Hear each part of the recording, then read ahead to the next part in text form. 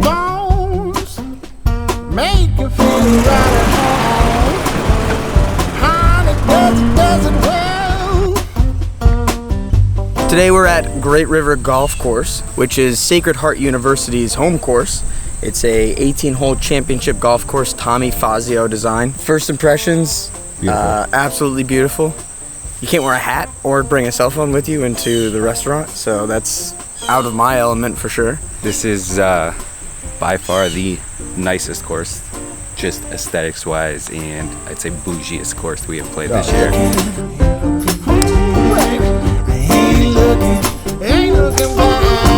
Great ball.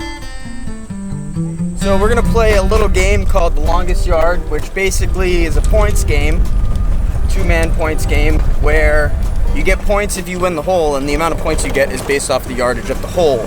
There will be carryovers, so if the hole is pushed, then it carries over until somebody wins. Yep. And I'm getting 4 shots, so we'll have to figure that out. Holy shit, look at that. Beautiful. This course is ridiculous.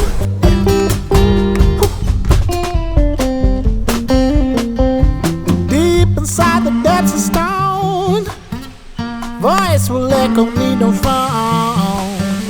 Ruled by the laws of love. Great putt. Nature shows me, makes me tall. You know, it's really hard finding words on this course, but I did just clinch the first 2 holes, so I'm feeling good about that.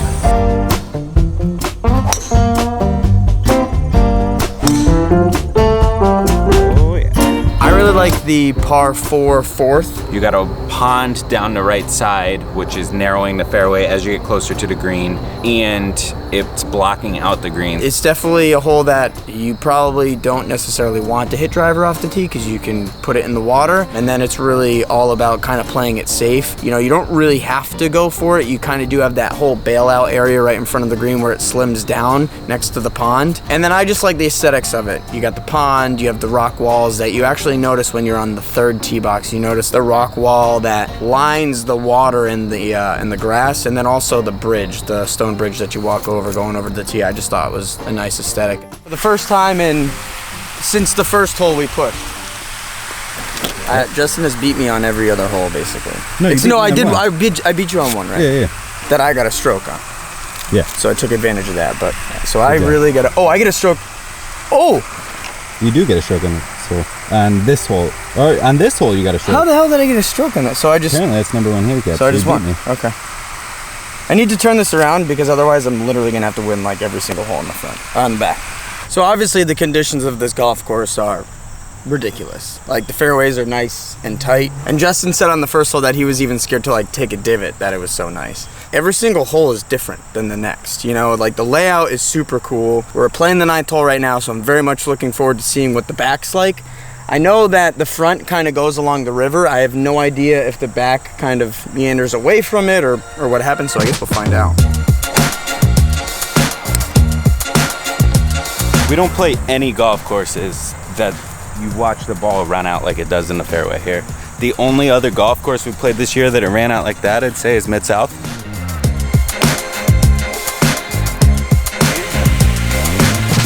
This is a really bad idea. Why are you... After the front nine, there was a total of 3,243 points up for grabs. Justin's in the lead with 2,315, and I have 928. So I have a lot of work to do. There's 3,253 points up for grabs on the back.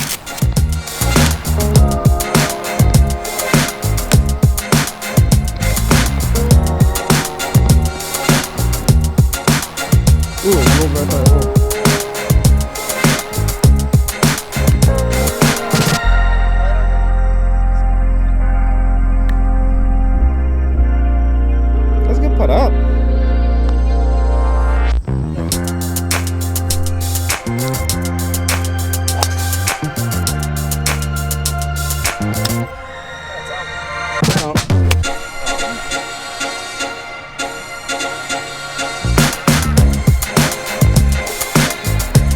Wow, that's very good.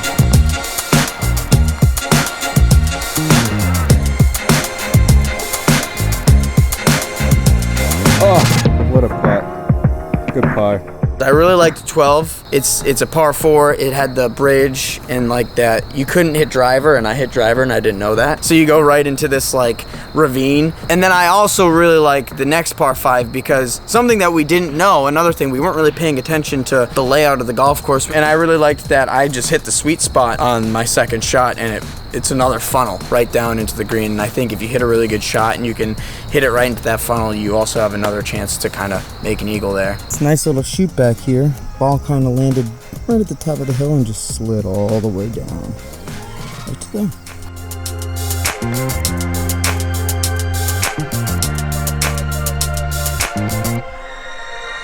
Oh, man.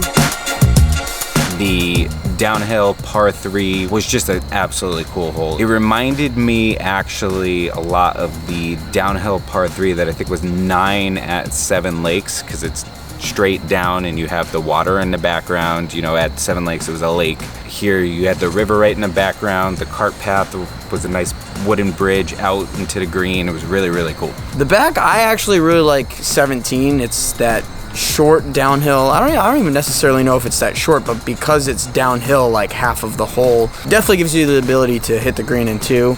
I hit my approach shot down, thought it was hit the tree. I thought it was gonna be short because it clipped a tree branch. Walked down there. It was on the green. It was on the green. What do you think? It was like 20 footer? Maybe 15. 15 footer, uphill. Par 5. This is a par 5. Par 5. On and 2. Little break, right to left, up the hill. Camera dies. Putt dropped. If the camera stayed on, you wouldn't have made I would have missed it. Putt. That's the second eagle putt we've gotten this year. Yes. It's too bad we didn't get that one on camera too. I think that last hole just clinched it because that got me up to 1,216 points. Burke's got 15 and change so far on the back, yeah, and I had enough of a lead on the front. I think that was that sealed the right deal. There, yeah. That sealed the deal.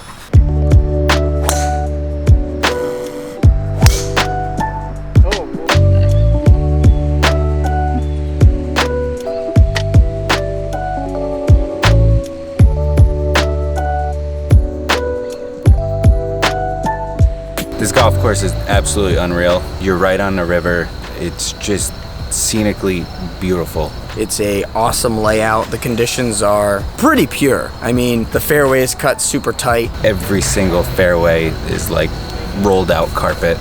The greens are absolute glass. The pins were definitely in tricky spots too, which definitely made short game a lot more challenging. There was a couple greens where I hit and it would just roll off the green, you know, and then that would kind of put me in not a great spot to have a chip or a putt up. Definitely challenging around the greens, definitely challenging for the short game. The front and the back nine are pretty different. The back nine is a little bit more tree lined, a little bit tighter, I'd say overall. The front nine has more trouble in the terms of water and cattails and fescue. Both are kind of, I'd say, equally challenging, but obviously in different ways. Burke asked me earlier, comparing it to Tobacco Road, and I don't know if it's because I was jaded because I had such a bad round at Tobacco Road, but I truly enjoyed this course more.